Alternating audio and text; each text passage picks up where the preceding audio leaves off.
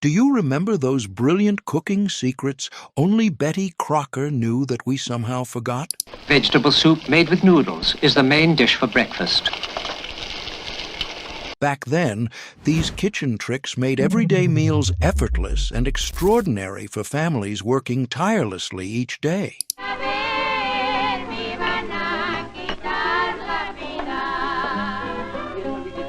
What other wisdom did we abandon along the way that could still revolutionize how we cook today?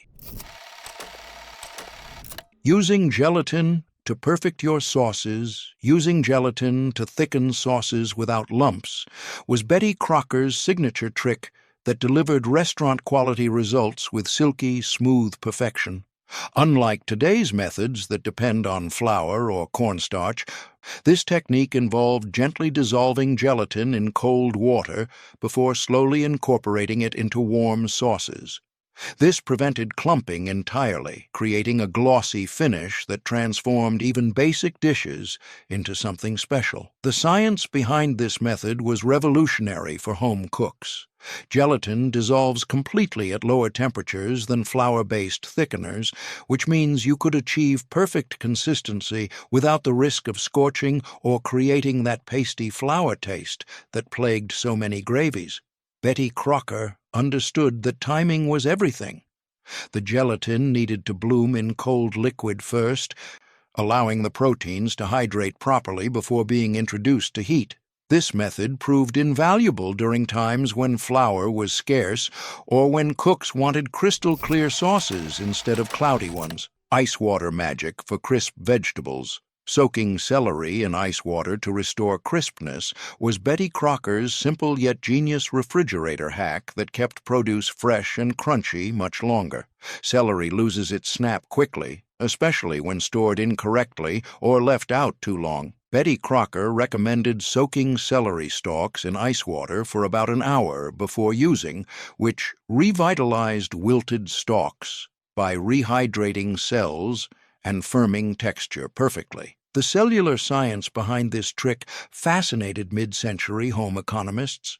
When vegetables wilt, their cell walls lose turgor pressure, essentially deflating like tiny balloons. The ice-cold water creates an osmotic gradient that draws moisture back into the cells, restoring that satisfying crunch. The cold temperature also slows down enzymatic breakdown, giving you more time to use your produce. Frosted glass jar storage system. Making frosted glass jars for leftover storage was an ingenious way to keep food fresher, longer, using basic kitchen supplies.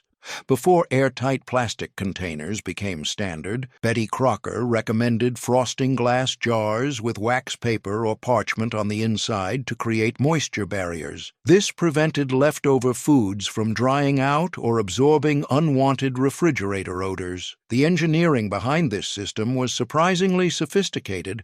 The frosted interior created tiny air pockets that acted as insulation, while the wax paper provided a vapor barrier that regulated humidity levels inside the jar.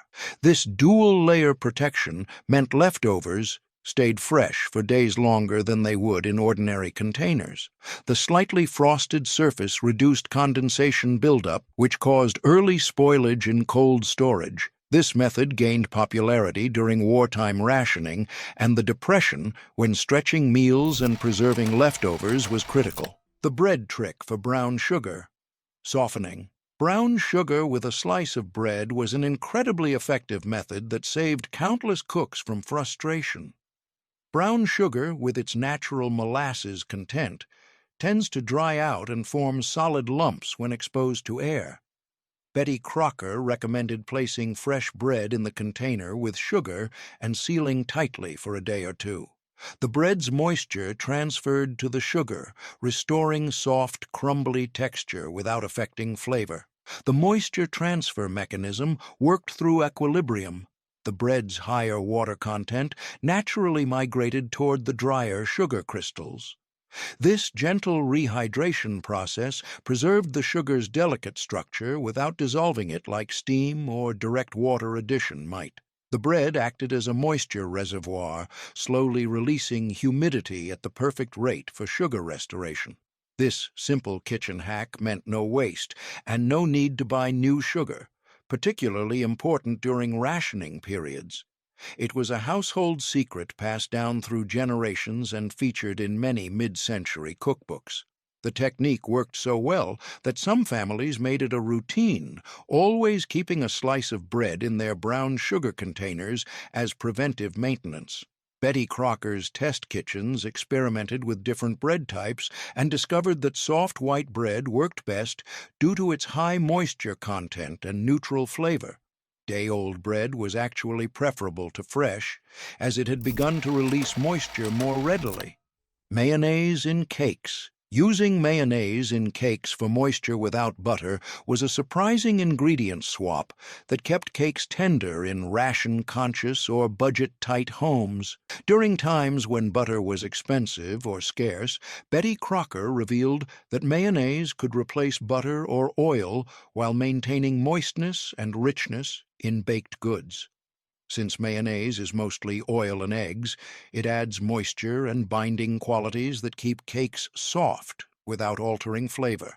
The chemistry behind this substitution was brilliant in its simplicity. Mayonnaise already contains emulsified oil and eggs, two key cake ingredients, along with vinegar or lemon juice that tenderizes gluten. This pre-emulsified fat distributed more evenly throughout the batter than solid butter, creating an incredibly tender crumb structure that stayed moist for days. This trick was a game-changer for families struggling with limited ingredients but still wanting homemade treats. It was widely accepted because it used pantry staples, reducing waste and expense. The secret to success was careful substitution following trusted recipes, typically replacing butter or oil cup for cup with mayonnaise. Betty Crocker's food scientists discovered that mayonnaise cakes actually improved with age, staying moist longer than traditional butter cakes. The oil in mayonnaise doesn't solidify when cooled like butter does, maintaining the cake's tender texture even when refrigerated. This made it perfect for make-ahead desserts and special occasions. Professional bakers eventually caught on to this technique, using it in commercial bakeries where consistent moisture levels were crucial for shelf life. The method worked particularly well in chocolate cakes, where the mayonnaise flavor was completely masked by cocoa, and in spice cakes, where the slight tang complemented the warming spices. Modern bakers who rediscover this hack enjoy lighter, moist cakes without butter's saturated fat. This forgotten method reminds us that everyday ingredients have multiple clever uses. It also demonstrates how necessity truly is the mother of invention. Some of our best cooking techniques emerged from making do with what was available. Reviving stale bread. Reviving stale bread with a damp towel and oven heat was a clever way to avoid waste and enjoy fresh-tasting bread longer. Rather than discarding hard or dried-out loaves, Betty Crocker recommended wrapping bread in a slightly damp kitchen towel and placing it in a warm oven for a few minutes. The created steam softened the crust and refreshed the crumb, making bread enjoyable again for sandwiches or toast. The science of bread staling involves starch retrogradation, a process where starch molecules reorganize into a crystalline structure that feels hard and dry. The gentle steam from the damp towel, combined with moderate heat, temporarily reverses this process by adding moisture and energy back into the starch molecules. This restored the bread's original texture without making it soggy. This simple technique was essential when bread was precious, especially during rationing and economic hardship. It gave home cooks a second chance to use leftovers without sacrificing quality or taste. The trick was easy enough for beginners and significantly reduced food waste, a moral imperative when resources were scarce. Betty Crocker's instructions were precise. The towel should be damp but not dripping. The oven should be warm but not hot, around 300 degrees Fahrenheit, and the timing should be brief, 5 to 10 minutes maximum. Overdoing any element would result in soggy or tough bread. The technique worked best with day-old bread. Bread that was several days old needed longer steaming but could still be rescued. Wax paper, butter storage. Wrapping butter in wax paper for easier spreading was a practical tip that made cold butter manageable before microwave ovens existed. Betty Crocker taught that wrapping butter sticks or blocks tightly in wax paper and refrigerating them made butter softer and easier to slice or spread directly on bread. Wax paper prevented butter from absorbing unwanted refrigerator smells and made unwrapping small amounts mess-free. The physics behind this technique involved thermal conductivity and moisture management.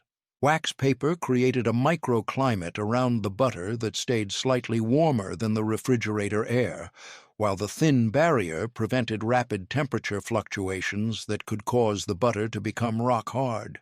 The wax coating also repelled moisture and odors. This was important daily convenience for home cooks, especially when refrigeration was colder and butter was firmer than today. The tip kept butter fresh and ready while avoiding waste or spoilage. Properly wrapped, butter could maintain perfect spreading consistency even in very cold refrigerators, eliminating the morning struggle of trying to butter toast with rock-hard butter. Betty Crocker's home economists tested various wrapping materials and found that wax paper outperformed alternatives like aluminum foil or plain paper.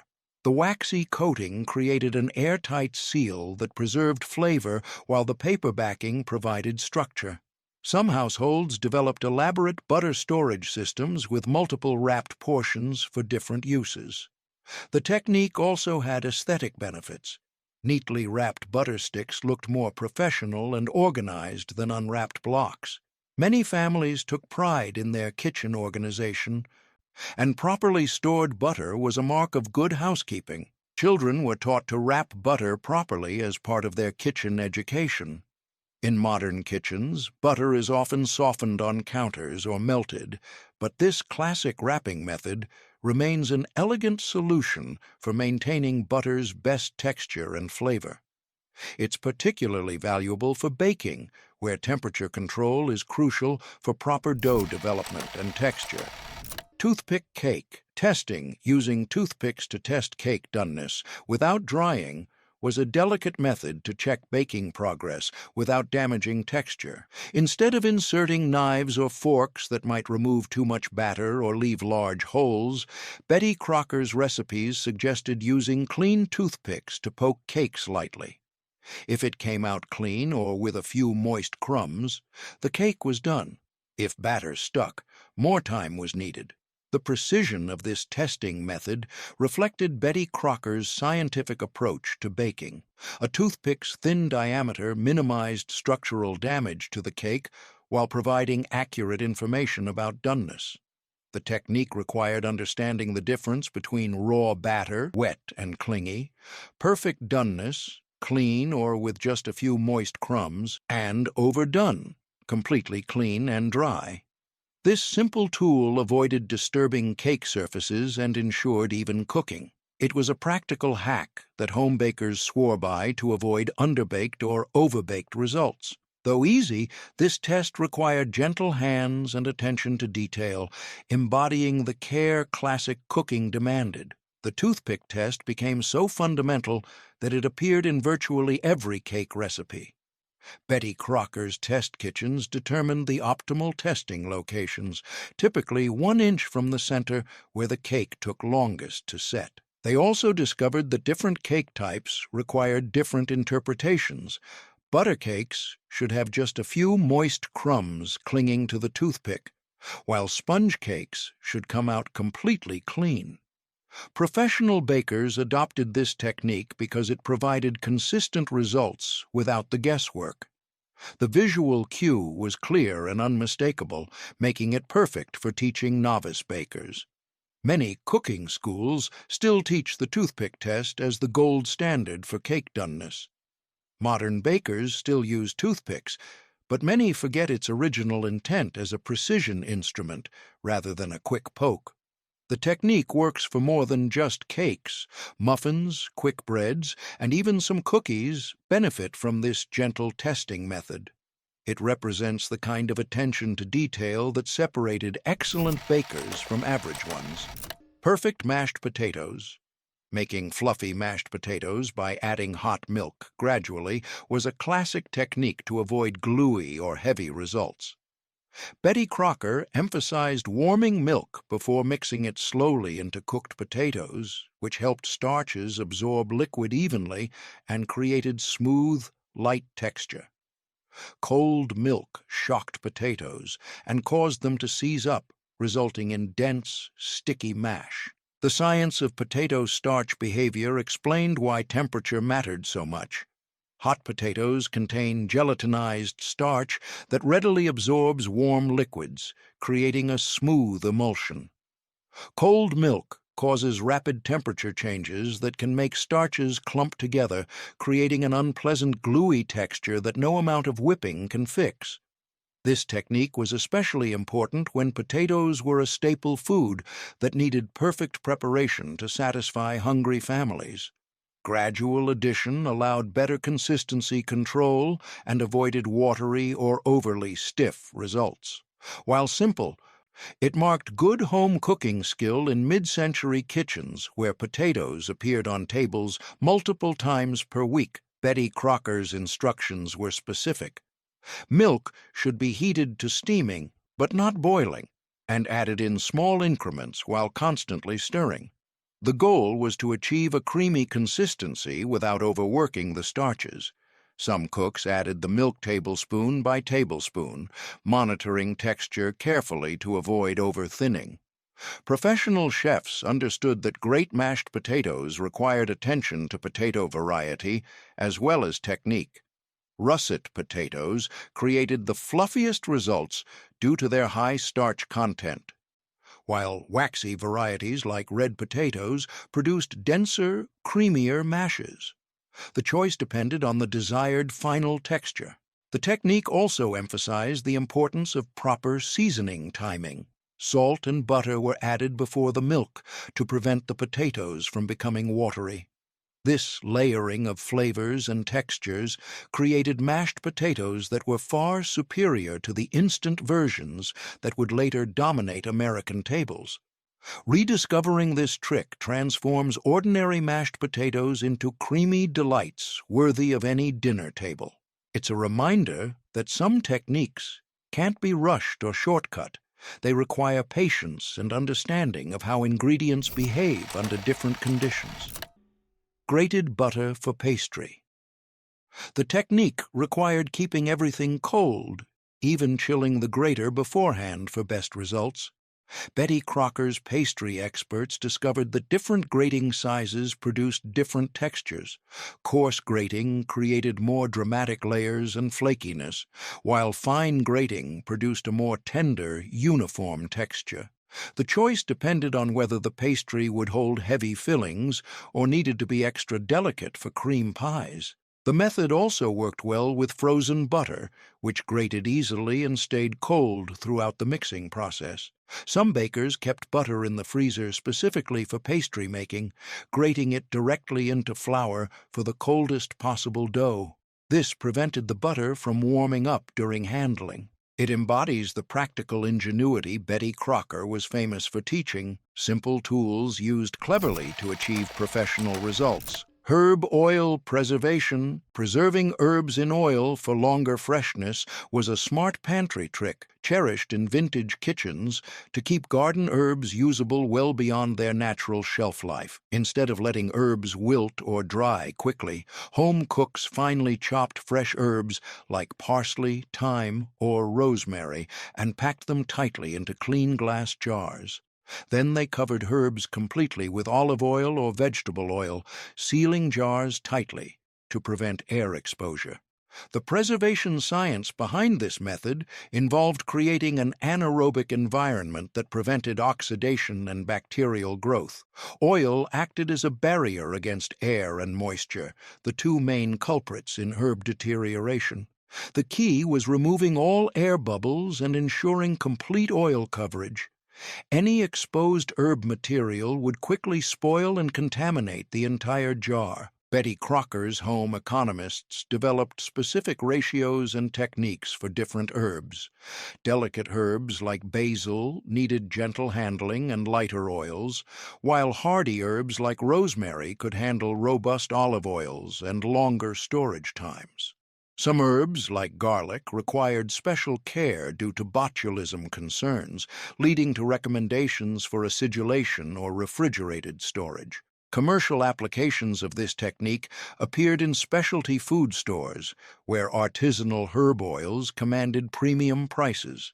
It also represents a more sustainable approach to food preservation that reduces waste and maximizes seasonal abundance.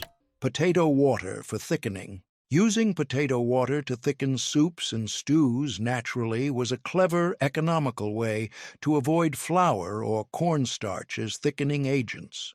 When boiling potatoes, the starchy water left behind was saved and added to soups or stews to create velvety texture without extra ingredients.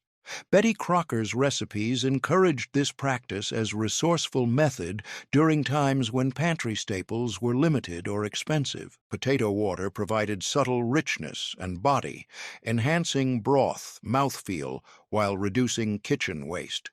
This trick was especially important during the Depression and wartime rationing, when stretching ingredients was essential. It also kept recipes simple and gluten-free before dietary restrictions became widely known, making it accessible to families with various dietary needs. The technique required understanding proper storage and usage. Fresh potato water worked best, but it could be refrigerated for a day or two if needed. The thickening power varied depending on potato variety and cooking time, so experienced cooks learned to adjust quantities based on the specific batch of potato water they had available. Using potato water as thickener brought natural creaminess to dishes, transforming humble soups into hearty meals. Today, many have forgotten this straightforward technique, but it remains a valuable zero-cost way to improve soups and stews with minimal effort. It also demonstrates how traditional cooking methods often produced superior results to modern shortcuts. Homemade jellies. Without pectin, canning, leftover fruit juices into jellies without pectin was a homemade preservation trick, popular before commercial pectins were widely available. Home cooks collected juices from cooked fruits like apples, berries, or grapes, and boiled them with sugar until mixtures naturally thickened and set into jelly form. This process relied on fruit's natural pectin content or slow reduction to achieve proper consistency. Betty Crocker encouraged such resourceful methods to reduce waste and extend precious fruit harvests. Especially during the Depression and wartime, families could preserve seasonal flavors in jars, creating sweet spreads that lasted months without refrigeration. This hands-on method required patience and careful temperature control, making it a prized skill among home canners. The technique demanded understanding of the pectin-sugar-acid balance necessary for proper gelling. The acid component, often from lemon juice or cream of tartar, helped release pectin and prevented crystallization. Testing methods became family traditions. The cold plate test involved dropping small amounts of hot jelly onto chilled plates to see if they set properly. The spoon test checked whether jelly sheeted off the spoon in a continuous flow rather than dripping in separate drops. It represents a time when food preservation was as much art as science, requiring intuition and experience that developed over years of practice. Mock mayonnaise. Creating mock mayonnaise with egg yolk and vinegar was a wartime hack that helped households cope when commercial mayonnaise was scarce or rationed. This clever substitute involved whisking egg yolks with vinegar, oil, and seasonings to mimic creamy texture and tang of real mayonnaise. Betty Crocker's cookbooks offered this recipe as affordable, easy alternative requiring only basic pantry ingredients. Mock mayo kept salads, sandwiches, and dressings flavorful during tough economic times and supply shortages. It was particularly useful when fresh eggs and vinegar were more available than processed condiments. This homemade version might not have had exact consistency of store-bought mayo, but it delivered essential taste and moisture needed in classic recipes. The technique allowed for customization that commercial products couldn't match. Families could adjust the vinegar type for different flavor profiles, use different oils for varying richness levels, or add herbs and spices for personalized flavors. Some regions developed signature variations that reflected local tastes and available ingredients. Professional chefs appreciated the freshness and control that homemade mayonnaise provided. Today, recreating this old-fashioned substitute connects modern cooks to resourceful culinary tradition that made simple ingredients stretch farther while keeping meals delicious and familiar.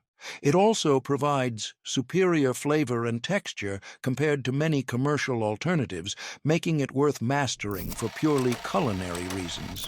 Wax paper kitchen uses. Using wax paper instead of plastic wrap for baking preparation was versatile, multi-use trick taught by Betty Crocker for layering, wrapping, and preventing sticking in kitchens. Before plastic wrap became common, cooks used wax paper to separate dough layers, line pans, and cover foods during preparation. Its non-stick surface made it ideal for rolling pastry or chocolate-covered treats without mess. The material properties of wax paper made it uniquely suited for kitchen tasks. The thin wax coating repelled moisture while remaining flexible at room temperature, unlike modern parchment paper, which could be stiff. Wax paper also helped preserve freshness when wrapping baked goods or sandwiches. The technique extended to food storage beyond simple wrapping. Layering wax paper between cookies prevented sticking in storage containers, while placing sheets between burger patties or cutlets made freezing and thawing much easier. These applications demonstrated the material's versatility in solving common kitchen problems. Professional bakeries relied heavily on wax paper for production efficiency. Though modern cooks often default to plastic wrap, revisiting wax paper offers sustainable, effective alternative that echoes classic cooking methods. It also provides tactile, nostalgic connection to mid-century kitchens where resourcefulness was key. The biodegradable nature of wax paper makes it environmentally preferable to plastic alternatives for many applications. Stretching meat with bread. Stretching meat with bread or cereal in meatloaf was frugal mid-century tip that helped bulk up protein dishes affordably without sacrificing flavor or texture. Betty Crocker's recipes frequently included soaking breadcrumbs or crushed cereal in milk or water before mixing into ground meat. This increased loaf volume while adding moisture and tenderness, making meatloaf go further on tight budgets.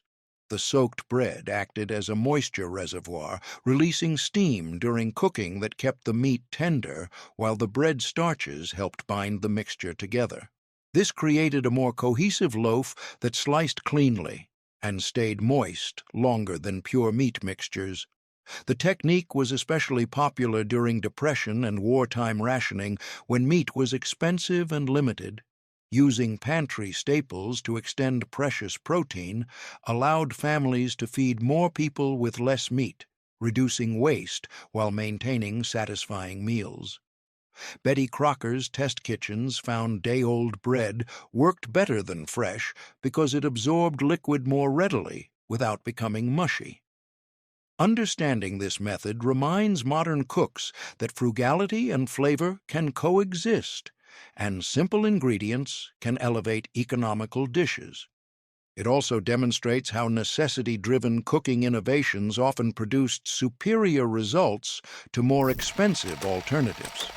Frozen milk cubes. Freezing leftover milk in ice cube trays for coffee or baking was a neat storage trick rarely seen today but cherished in vintage kitchens.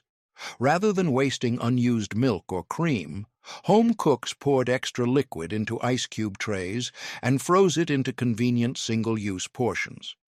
These cubes could be dropped directly into coffee, hot chocolate, or recipes calling for small milk amounts without thawing whole containers. Each cube represented a pre-measured portion, eliminating guesswork in recipes that called for specific milk amounts.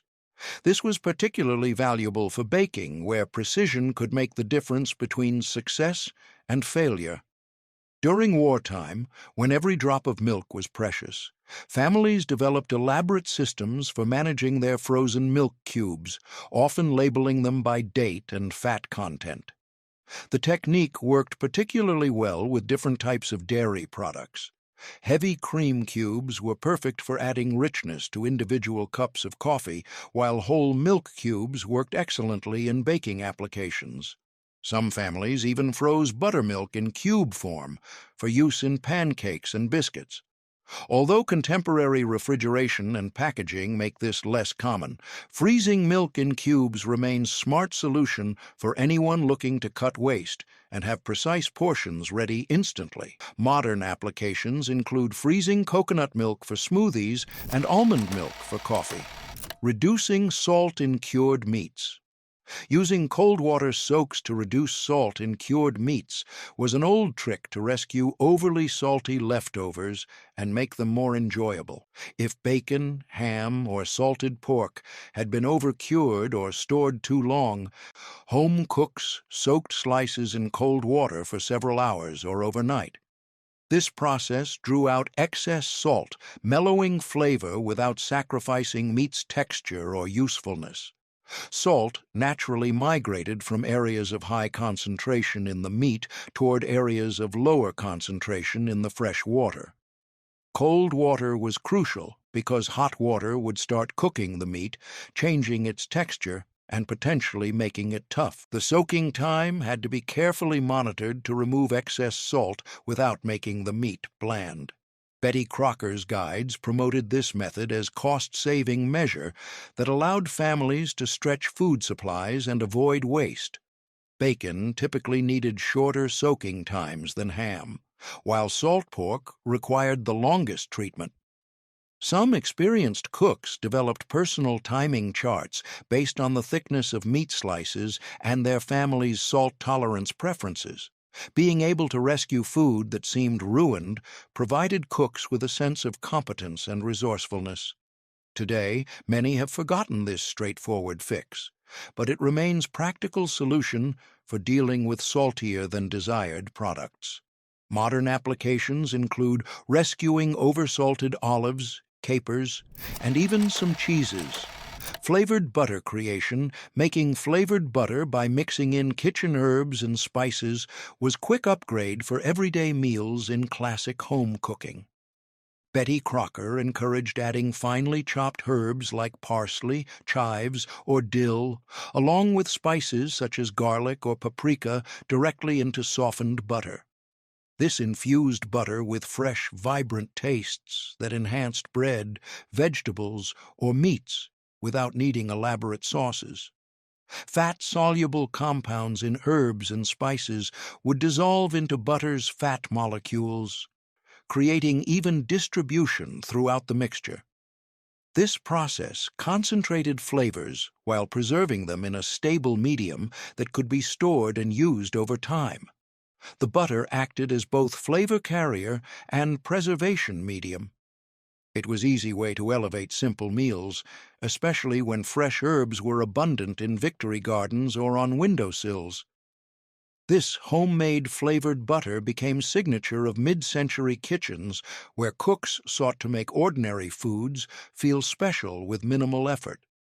Betty Crocker's test kitchens developed specific ratios and techniques for different flavor combinations.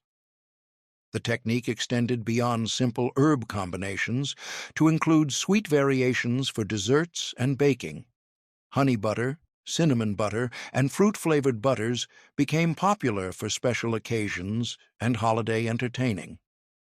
Professional restaurant kitchens adopted flavored butter techniques for both cost efficiency and flavor enhancement. Today, flavored butters are seen as gourmet treats, but their roots lie in practical, inventive cooking habits taught by Betty Crocker. The technique demonstrates how simple ingredients, when understood and used creatively, can provide sophisticated flavors that rival expensive commercial products. Crushed crackers as binders.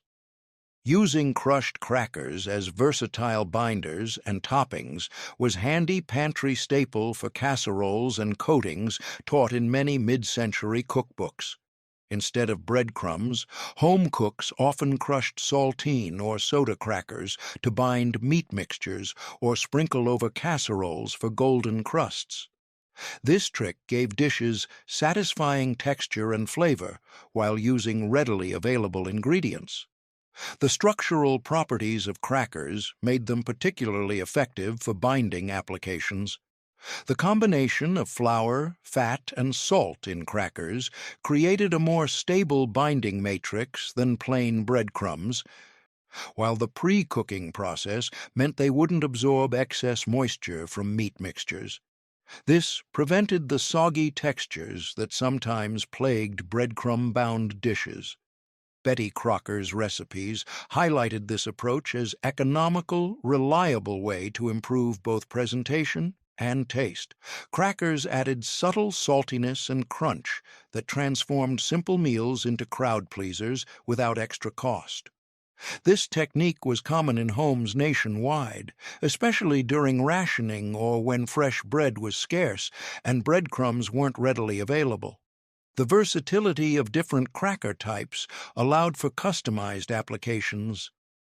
Saltines worked excellently for most general purposes, while buttery crackers added richness to meat dishes. Graham crackers created sweet toppings for fruit casseroles, and cheese crackers provided extra flavor for savory applications. Terracotta disc for brown sugar keeping. Brown sugar soft with terracotta discs was clever, reusable kitchen tool from mid-century era that many homemakers relied on to prevent hardened sugar lumps. Small terracotta pieces, often shaped like flat discs or charms, were soaked briefly in water, then placed inside containers with brown sugar. Porous material slowly released moisture, keeping sugar soft and easy to scoop without affecting flavor. The physics of moisture regulation through porous clay demonstrated sophisticated understanding of humidity control principles. Terracotta's natural porosity allowed it to absorb water when soaked, then slowly release that moisture over time as the surrounding environment dried out. This created a stable microclimate that maintained optimal humidity levels for brown sugar storage. This simple trick saved time and frustration for home cooks who otherwise had to break up clumps or replace hardened sugar. It was especially handy during times when wasting any ingredient was unthinkable. Terracotta discs became beloved kitchen companions, often passed down through generations along with favorite recipes and cooking techniques. Cold water. Pasta, rinse. Using cold water to rinse cooked pasta for stopping cooking was mid-century tip that helped home cooks achieve better texture in pasta salads and chilled dishes. After boiling pasta to desired doneness, Betty Crocker and other classic cookbooks recommended draining and rinsing immediately under cold running water. This step quickly halted cooking process, preventing noodles from becoming mushy or overcooked. The thermal dynamics behind this technique involved rapidly dropping pasta temperature below the point where starch continues to gelatinize. Hot pasta continues cooking even after draining due to residual heat. But cold water shock stops this process immediately. This temperature control was crucial for achieving the firm texture needed for cold preparations. It also removed excess starch, which could cause pasta to stick together when cooled. The result was firm, separate strands ideal for cold salads or chilled dishes served at picnics and potlucks. This simple technique was especially important before modern quick-cook pastas and refrigeration advances that made temperature control easier. Betty Crocker's instructions emphasized the importance of thorough rinsing until pasta felt completely cool to the touch. Insufficient cooling would result in continued cooking and eventual mushiness, while over-rinsing could make pasta too cold and affect sauce adherence in warm preparations. Professional kitchen operations used this technique extensively for prep work, where pasta needed to be cooked in advance and held for later service. The method allowed restaurants to manage timing more efficiently during busy service periods while maintaining consistent texture quality. The technique also had applications beyond cold dishes. Some hot preparations benefited from brief cold rinsing to achieve specific textures, particularly in Asian cuisines where pasta texture preferences differed from Italian traditions. This demonstrated the technique's versatility across different culinary styles. Saltwater lettuce. Revival. Reviving wilted lettuce with saltwater soaks was economical freshness, hack used before plastic packaging extended produce shelf life. When lettuce or leafy greens became limp or slightly wilted, home cooks immersed leaves in bowls of cold salted water for several minutes.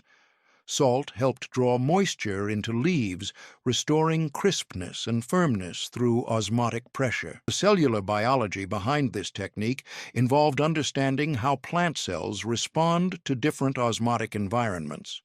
Wilted lettuce had lost turgor pressure as water left the cells, but the saltwater solution created conditions that encouraged water uptake, restoring the cellular pressure that created crispness. The salt concentration had to be carefully balanced to achieve rehydration without oversalting. This trick was widely taught in vintage cookbooks and household guides, helping families stretch vegetable life and reduce waste. Simple soaks not only perked up salads, but also improved texture and taste of cooked greens. It was a practical solution when fresh produce was more precious and less readily available than today. Betty Crocker's home economists determined optimal salt concentrations and soaking times for different types of greens. Delicate lettuces needed lighter salt solutions and shorter soaking times, while heartier greens like cabbage could handle stronger solutions and longer treatments. The technique worked for various vegetables beyond lettuce, including celery, radishes, and fresh herbs. Professional restaurant kitchens used similar techniques for salvaging produce and maintaining consistent quality standards.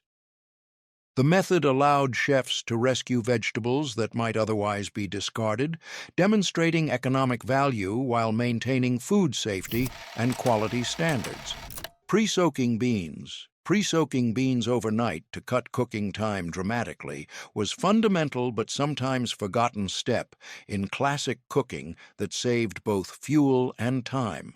Before quick cook and canned beans became common, home cooks followed Betty Crocker's advice to soak dried beans in cold water for at least 8 hours or overnight.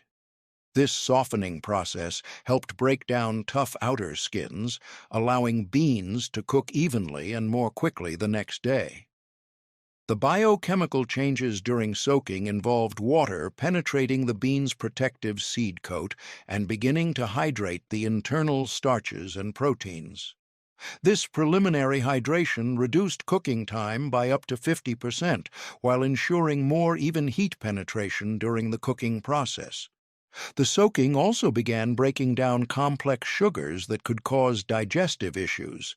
It also improved digestibility by reducing complex sugars that often cause gas and bloating. Soaking shortened cooking times while ensuring better texture and flavor, resulting in tender beans with creamy interiors.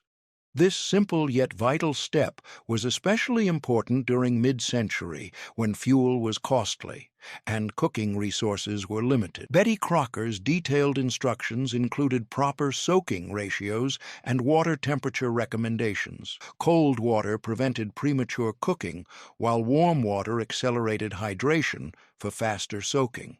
The recommended ratio was approximately 3 cups of water per cup of dried beans, ensuring adequate hydration space. Newspaper onion storage. Storing onions wrapped in newspaper to extend shelf life was practical pantry trick widely used before modern refrigeration advent. Home cooks wrapped individual onions or whole bunches in newspaper sheets and stored them in cool, dry, dark places such as cellars, pantries, or basements. Newspaper absorbed excess moisture and protected onions from light exposure, which could cause premature sprouting or spoilage. The preservation science involved creating an environment that slowed down the natural aging processes in onions. Darkness prevented sprouting triggered by light exposure, while the newspaper's absorbent properties regulated moisture levels that could cause rot. The ink in newspaper also had mild antimicrobial properties that helped prevent bacterial and fungal growth. This simple technique maintained onion firmness and flavor for several weeks or even months, making it an essential preservation method during rationing and economic hardship. Betty Crocker. Cookbooks and household guides recommended this inexpensive, easy method to reduce food waste and stretch precious supplies during times when every ingredient had significant value. Quick pantry pickles. Making pantry pickles using vinegar and household spices was accessible way to add crunch and flavor in wartime kitchens where fresh produce was limited. Instead of relying on store-bought pickles, Betty Crocker's recipes guided home cooks to quickly pickle available vegetables like cucumbers, green beans, or onions using simple brines made from vinegar, water, salt, and common spices such as mustard seeds, dill, or peppercorns. The preservation chemistry involved creating acidic environments that prevented harmful bacterial growth while encouraging beneficial lactic acid fermentation. The vinegar provided immediate acidity that made vegetables safe for storage, while salt drew out moisture and concentrated flavors. The combination created conditions that preserved vegetables while developing complex, tangy flavors. These quick pickles preserved vegetables, extended their usability, and provided much-needed variety and tang to otherwise simple meals. The technique required minimal equipment and no refrigeration, making it perfect for rationed households or those gardening their own vegetables during Victory Garden campaign. Stale bread transformations. Using stale cake or bread to make bread, pudding, or trifles was a resourceful way to reduce waste while creating tasty, comforting desserts in mid-century kitchens. When cakes or bread went stale or dry, rather than discarding them, home cooks repurposed them by layering or soaking in custard mixtures to transform them into soft, flavorful puddings or layered trifles with fruit and cream.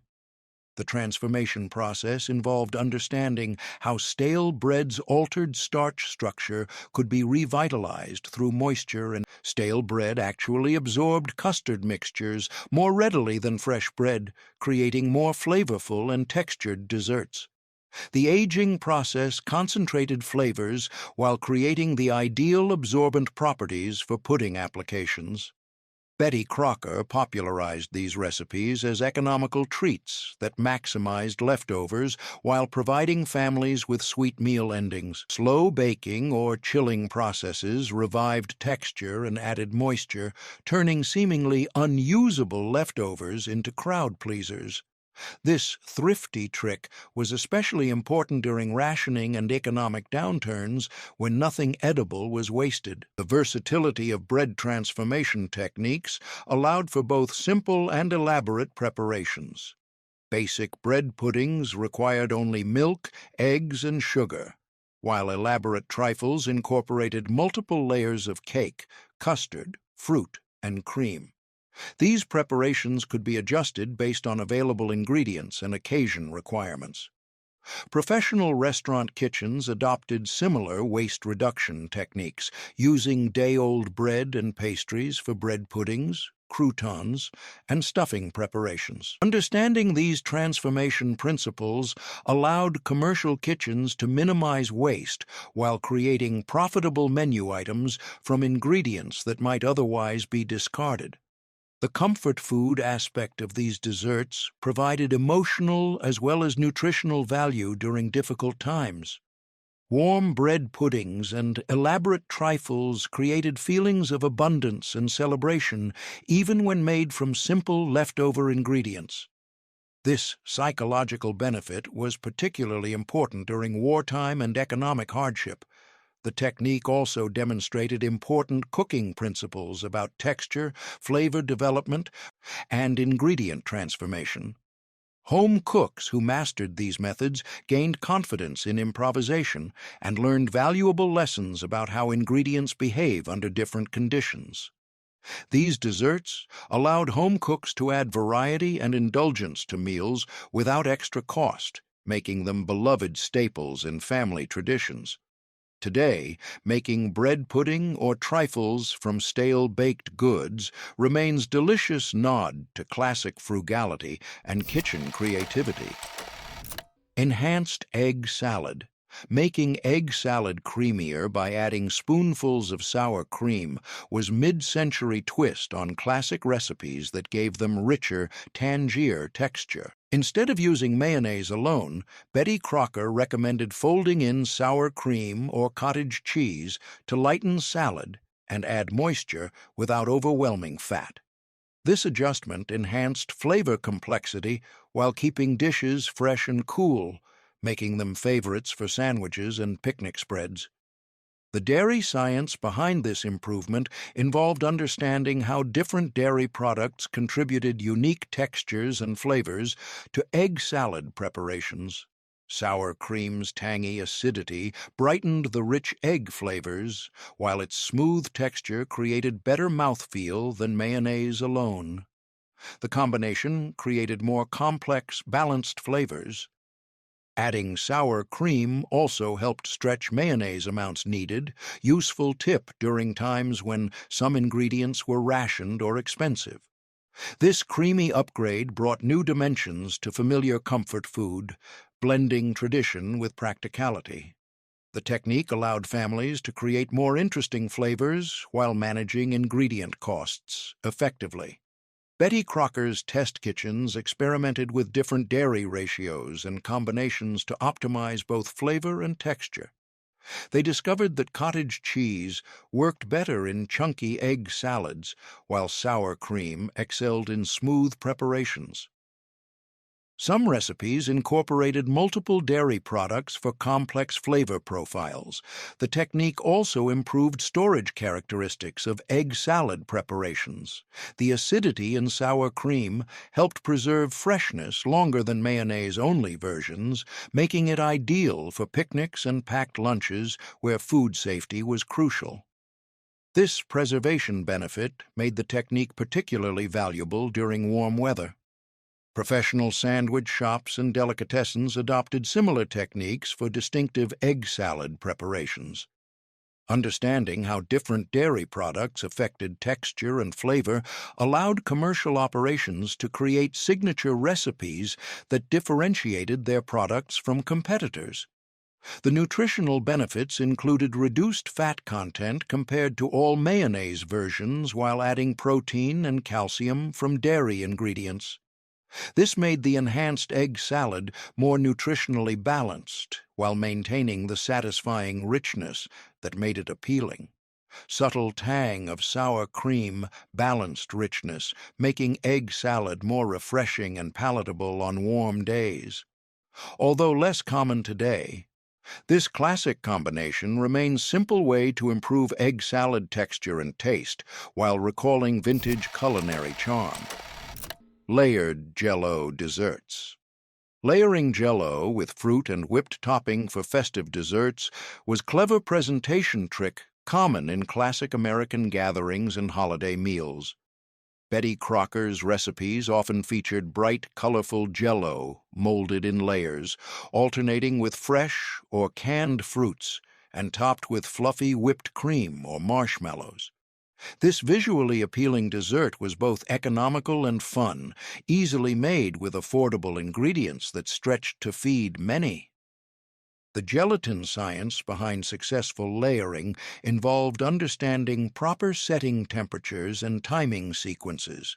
Each layer needed to set sufficiently to support the next layer without being so firm that layers wouldn't adhere properly. The temperature of added layers had to be carefully controlled to prevent melting previous layers.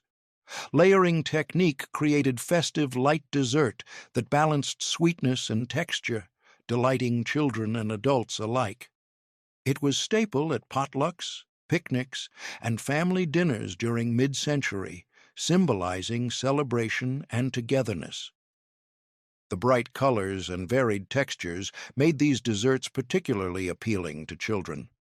Betty Crocker's detailed instructions included specific timing sequences and temperature controls for successful layering. Different Jell-O flavors had varying setting characteristics, requiring adjustments in technique. Some combinations worked better than others based on sugar content and acidity levels. People often customized layers with seasonal fruits or added nuts and coconut flakes for extra flavor and crunch. These personalizations allowed families to create signature desserts that reflected their tastes and available ingredients. Regional variations developed based on local fruit availability and cultural preferences. Professional food service operations used similar techniques for banquet and special event desserts. Understanding gelatin behavior allowed commercial kitchens to create impressive presentations while managing costs effectively. The techniques influenced modern molecular gastronomy applications. Eye-catching appearance made it centerpiece on dessert tables, encouraging conversation and smiles around gatherings. The visual impact was as important as the flavor, creating memorable experiences that became associated with special occasions and family traditions. While modern dessert trends have shifted, this nostalgic treat reminds us of simpler times when creativity and presentation were as important as flavor. Contemporary applications include updated versions using natural fruit juices and modern gelatin alternatives. Underground food storage. Burying food underground for natural refrigeration was one of quiet genius moves that let Native American families survive through blistering summers and brutal winters alike. It sounds almost too simple now, but when done right, it was remarkably effective. By digging deep shaded pits and lining them with grass, bark, or even cool stones, they created natural refrigerators that could keep vegetables crisp, fruits fresh, and even meat safer than leaving it above ground. The earth science behind this technique involved understanding soil temperature stability and insulation properties. Below the frost line, soil temperatures remain relatively constant year-round, typically between 45–55 degrees Celsius depending on geographic location. This natural temperature control created ideal conditions for food preservation without any external energy sources. There was art to it, dance with seasons and soil that few today remember. But wisdom of making Earth itself your storage partner never truly faded. When long journeys or harsh winters loomed ahead, native chefs had another brilliant solution for keeping their people nourished on the move. Mixing wild berries, nuts, and hidden energy into one of history's first real trail mixes. The engineering aspects of underground storage required understanding drainage, air circulation, and protection from animals. Proper pit construction included sloped sides for drainage, protective coverings to prevent contamination, and strategic placement to avoid flooding during seasonal rains. These systems represented sophisticated understanding of environmental factors. This technique taught us that nature provides everything we need if we know how to listen. These underground cold storage systems could maintain steady temperatures year-round, protecting precious food supplies when survival depended on every morsel. The knowledge passed down through generations shows us that sometimes the simplest solutions are the most brilliant ones. Professional archaeological evidence shows that underground storage systems were used across multiple continents and cultures, suggesting independent development of similar techniques. Modern root cellars and cold storage facilities still use many of the same principles that ancient peoples developed through observation and experimentation. The environmental benefits of underground storage included zero energy consumption while providing reliable temperature control. These systems worked in harmony with natural cycles rather than fighting against them, demonstrating sustainable approaches to food preservation that remain relevant today. Contemporary applications of underground storage principles include modern root cellars, wine caves, and energy-efficient food storage systems. Understanding these traditional techniques provides valuable insights for sustainable living and emergency preparedness in modern contexts.